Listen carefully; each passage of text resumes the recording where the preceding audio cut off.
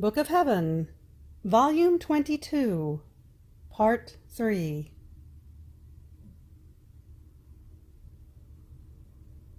June 26, 1927. How all the things of God have equal weight. How everything that God did in creation is pearled with His love, and this is felt by one who lives in the divine will.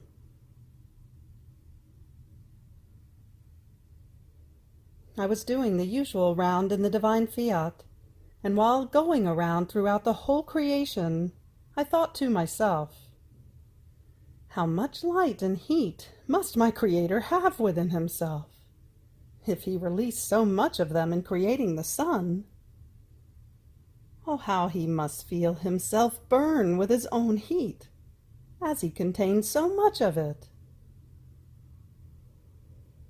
But while I was thinking of this, my sweet Jesus moved in my interior and told me, "My daughter, in our things there is perfect and equal measure of everything. So, as much as is the love, the heat, the light, so much is the freshness, the beauty, the power, the sweetness, and so forth. One is the weight of everything, and therefore heat is nourished by freshness, and freshness by heat.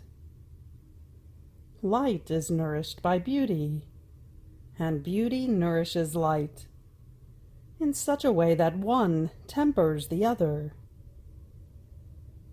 Strength nourishes sweetness, and sweetness strength. And so with all the rest of our divine things, in such a way that each of them makes us happy. By themselves, our qualities would oppress us, but together, being in perfect equality, they serve us as happiness, as joys, and as contentments, and they all compete to make us happy.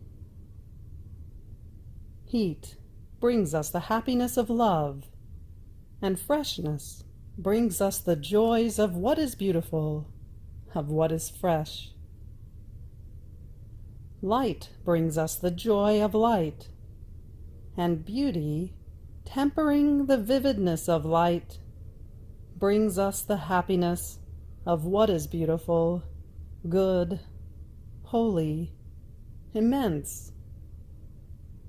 It braids all of our qualities and renders them all beautiful, lovable, and admirable for us. Strength brings us the happiness of the strong, and sweetness, invading it completely, brings us the joys mixed with sweetness and strength.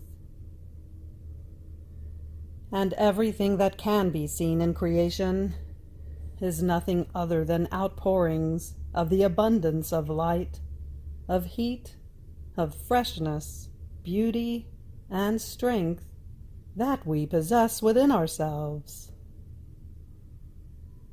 And these outpourings were released by us in order to nourish and delight the creatures with our own outpourings, in such a way as to render them happy. And by dint of nourishing themselves with our qualities, creatures would become similar to us, and would be bearers of happiness and of joys to their Creator. How beautiful it was to see them luminous like sun, beautiful more than flowery field and starry sky, strong like mighty wind, pearled with divine freshness, in such a way as to remain always new and fresh, without changing. Our will would bring them all, our outpourings united together, that are such that one delights the other. But because man withdrew from the supreme Fiat, he receives our outpourings as separate from one another, And this is why the heat burns him, the light eclipses him, the cold makes him numb, the wind harms him, and many times it knocks him down and hurls him away.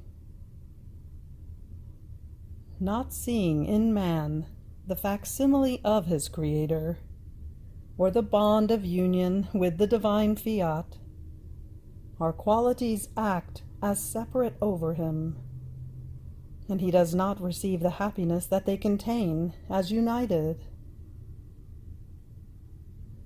Therefore, with my will, the creature would have been the happiest being, while without it, she is the unhappiest.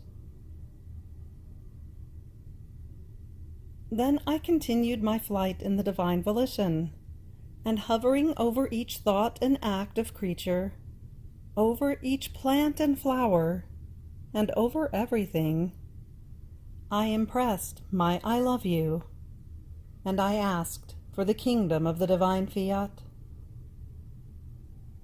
But while doing this, I thought to myself, what a long story in my poor mind, nor does it seem that I can get out of it. I must keep tracing all times, all places, all human acts, and even plants, flowers, and everything, to impress an I love you, an I adore you, an I bless you, a thank you, and to ask him for his kingdom. But while I was thinking of this, my sweet Jesus, moving again in my interior, told me, "My daughter, do you think you are the one who does this? No, no, it is my will that keeps tracing all of its acts that it issued in creation, pearling each of its acts, thoughts, words, steps, with its I love you. And this I love you runs through each act and thought toward each creature. One who is in my will feels this love of God spread everywhere. His love is hidden even in the plants, in the flowers, and even under the earth, in the roots. And unable to contain it, he rips the earth open and pearls plants and flowers with his I love you to manifest his ardent love toward the creature.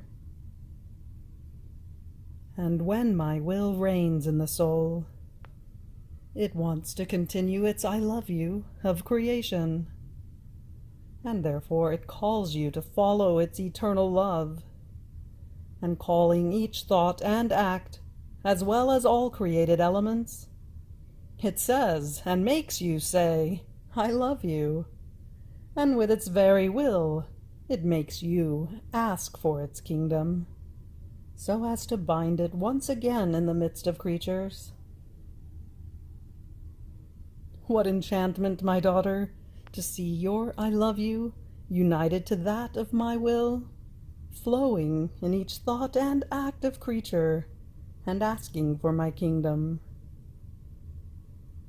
To see this I love you flowing in the might of the wind, extending in the rays of the sun, murmuring in the murmuring of the sea, and in the roaring of the waves, impressing itself on each plant, and rising with the most beautiful adoration in the fragrances of the flowers, and more than trembling voice saying, I love you, in the sweet twinkling and sparkling of the stars, in some, everywhere.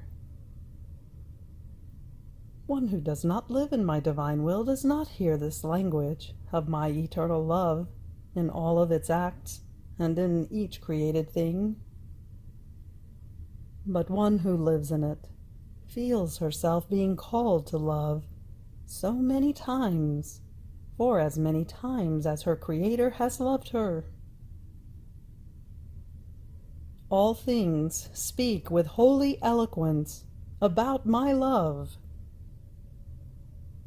How ungrateful she would be if she did not follow the speaking love of my eternal Fiat.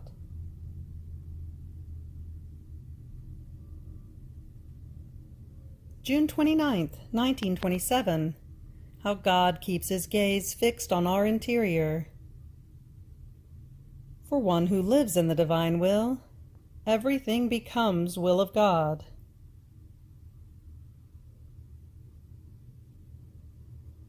I was thinking of how I do nothing great to glorify my beloved Jesus.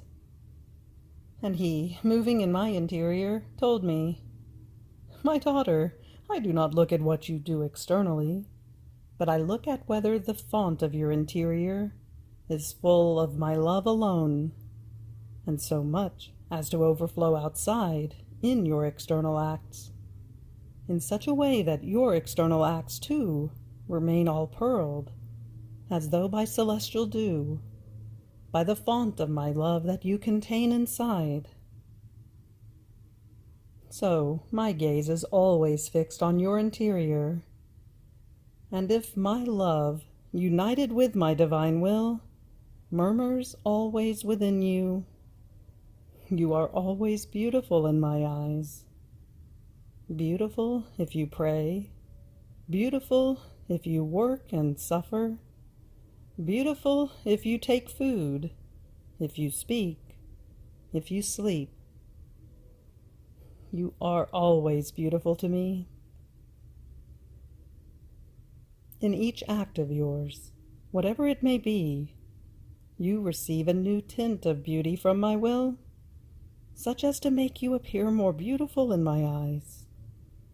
And my love grows in the font of your soul, in such a way that your external acts breathe my love more than air, and emit exhalations so very pleasing to me, that bring me so much pleasure as to make me delight in you. Then I continued to think about the divine will, and to abandon all of myself in it. And my sweet Jesus added, "My daughter, for one who lives in my divine will, all things become my will. In everything she does, touches, and sees, she touches, sees, and does my will. If she thinks and lives in my will, she will feel the sanctity of the intelligence of the divine life invest her and flow within her mind. If she speaks, she will feel the sanctity of the Fiat flow within her word. That Fiat, that if it speaks, creates. If she operates and walks, she will feel the sanctity of the divine works, and the steps of the eternal Fiat flow within her works and steps. If she sleeps, also, she will feel within herself the eternal rest of her Creator, and all will compete to bring her my will. The sun with its light, the wind with its freshness, the fire with its heat, the water with its refreshments, the flower with its fragrance, the bird with its singing and warbling, the food with its flavors, the fruit with its sweetness. In sum, one thing will not wait for another, bringing all the acts that my will does in each created thing, in such a way that the soul will be like a queen, receiving all the innumerable acts that the divine will does in all creation. That divine will that lives and reigns in her will draw all of its acts that it exercises in all things. A sweet enchantment will form in the pupil of her eye, in such a way as to discover in all things that divine will that runs in so many different ways towards her, to make her become all will of God After this, I was thinking to myself, how is it that while I am doing or completing my round in the whole creation to follow the acts of the Supreme Will, I feel a light come out of me? And even if I do not see my beloved Jesus, it always tells me some truths regarding the divine fiat. And my sweet Jesus, moving in my interior, told me, "My daughter, it happens within you, as when a container is full of water, or of another liquid. If one puts a piece of bread into it, the water overflows outside, and wets the place that surrounds it. Or it happens as to the sea. The wind makes the waters rise, and forms the waves, as if it wanted to make everyone see the waters of the sea. The same happens to you. Your entering into the acts of my will, your going around in it, is more than bread plunged into the container full of water, and more than wind that makes the light of my will rise, that in rising overflows outside of you, and in speaking to you with its language of light, it speaks to you of that very light with which you are filled, wanting to make itself known with its waves of light, who it is, what it can do, and what it wants to do. As you place the wind of your acts into my will, its light moves, forms its waves of light to the point of overflowing outside of you, to make known, not only to you, but also to others, its waves of light. That is, its truths. Everything I have manifested to you about my will was also told to the Sovereign Queen of Heaven, because she would do nothing but make it rise continuously in order to draw its manifestations, to know them, love them, and possess them as more than her own life. But they would not overflow outside of her. They would remain inside of her, because she did not have the mandate to make my divine will known.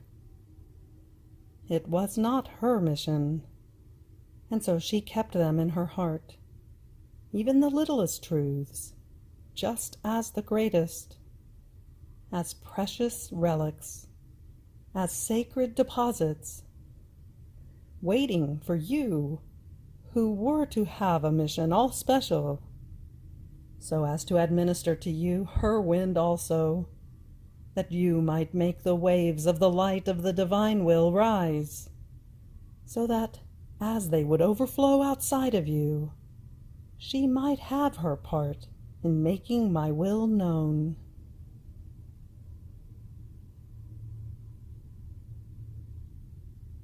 July 1st, 1927. How in order to do a great work, great sacrifices are needed.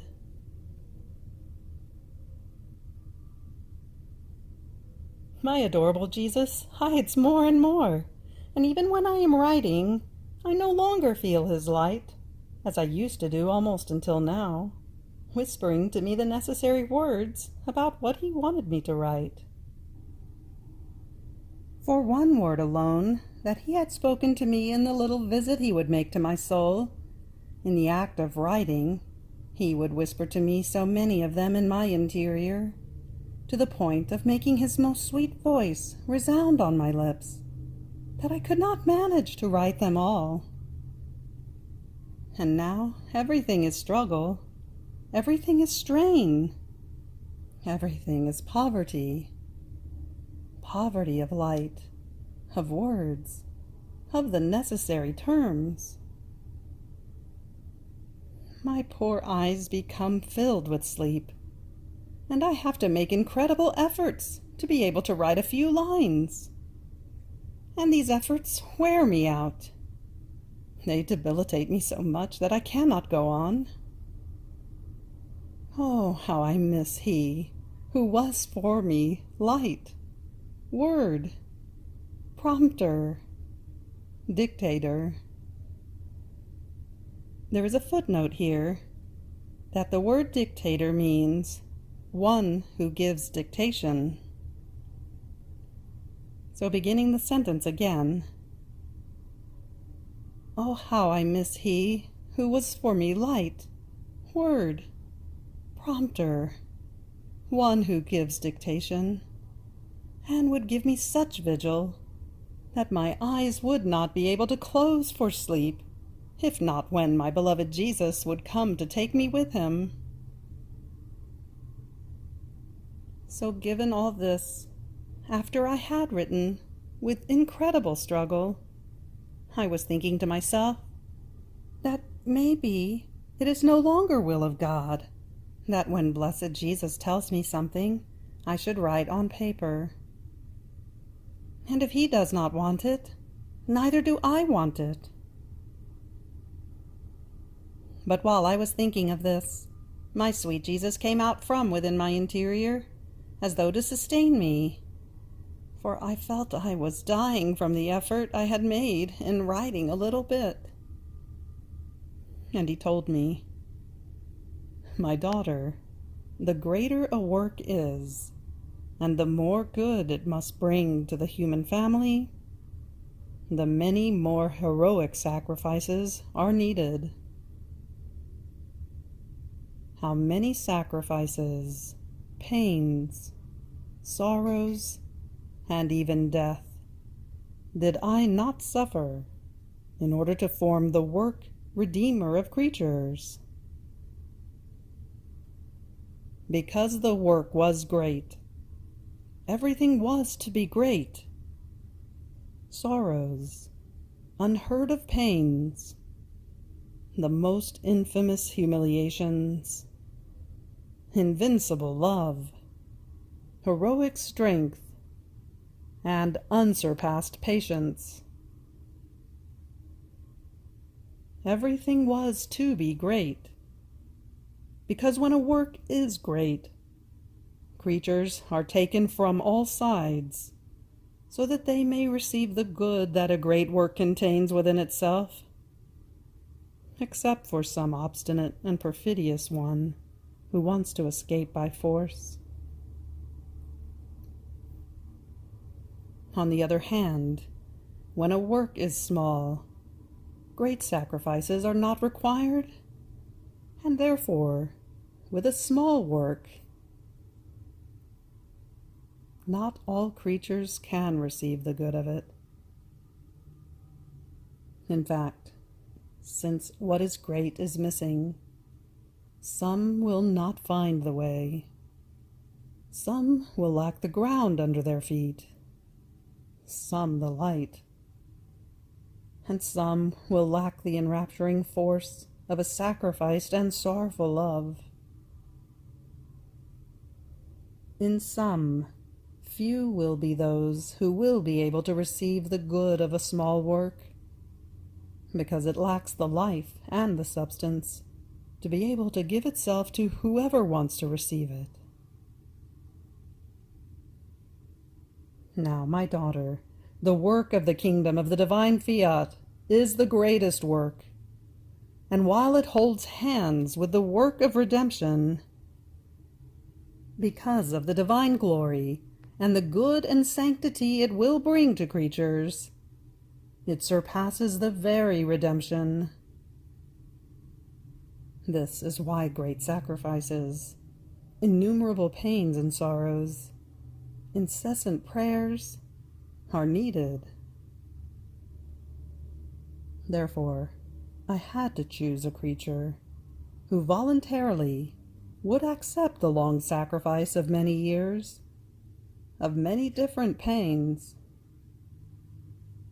And I will make known to the children of my kingdom how much this kingdom of my will cost you and me, to make it so that all might enter into it, giving them open ways from all points and in all manners, so as to win them to come. Ways of light, ways of pains, ways of all the manifestations and truths I have given. And I will show the incredible effort you made in writing, so that nothing might be missing, in order to let them find solid ground and safe ways to draw them with invincible force, and to let them take possession of the kingdom of the supreme Fiat. When the human generations have known all the knowledges about the divine will, the great goods of my kingdom, and how the one who impetrated it suffered such long sacrifices, my knowledges and your sacrifices, united together, will be powerful magnets, irresistible spurs, incessant calls, penetrating light, deafening voices, that, making them deaf to all other things, will leave them the hearing to listen to the sweet teachings of the divine Fiat, and to accept a kingdom that was impetrated for them with so many sacrifices. Therefore, in order to form a great work, there is much to do and to suffer. Everything is necessary. And what to you seems a pain of no significance, for others it may be a pitiful voice, such that, moved by it, they will recognize themselves as too ungrateful not to accept a good so great, that cost us so much because of them.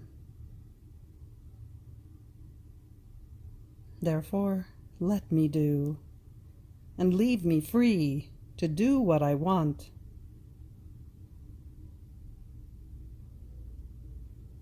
You have reached the end of the Book of Heaven, Volume 22, Part 3.